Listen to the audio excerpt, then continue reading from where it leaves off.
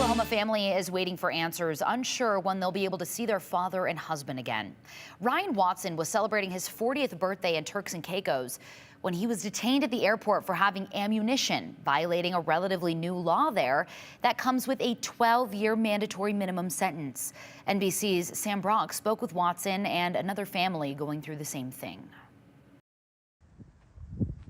It was the 40th birthday celebration for Ryan Watson, celebrated with his wife Valerie and two other couples that went from bliss to torture in an instant. To not be with my kids, to not be home with Valerie right now it's the most awful thing that I have ever lived through at this point. I don't know what's in store for Ryan. I don't know what's going to happen with our kids. The chain of events started by what Watson says was a simple mistake on a trip to Turks and Caicos 2 weeks ago, not realizing his duffel bag contained deer hunting bullets from a trip months earlier. I never recall putting that ammunition in that bag, but somehow they ended up in there. The Turks and Caicos government tightened its laws in 2022 around firearms and ammunition with a mandatory term of imprisonment of not less than 12 years. Last September, the Bahamian embassy and U.S. governments issued warnings to travelers, but the Watsons say they were unaware.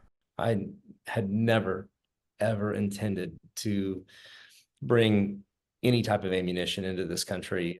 NBC Boston first broke the story of the couple's detention as their 7- and 9-year-old kids waited for them in Oklahoma City. I was like, we can't both be in prison for 12 years. We have kids at home.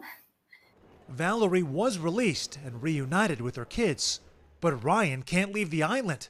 Another American, Brian Hagerich, is also being detained there and awaiting trial.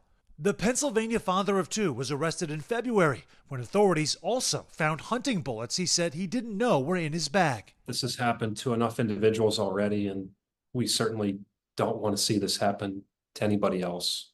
Turks and Caicos officials say 8 firearms and ammunition prosecutions have involved U.S. tourists since the law went into effect.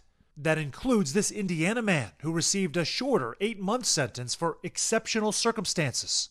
Ryan Watson says he's desperate to get home to his family. We can't set any type of expectations on when I can be home to those kids. And that is and will always be my ultimate goal.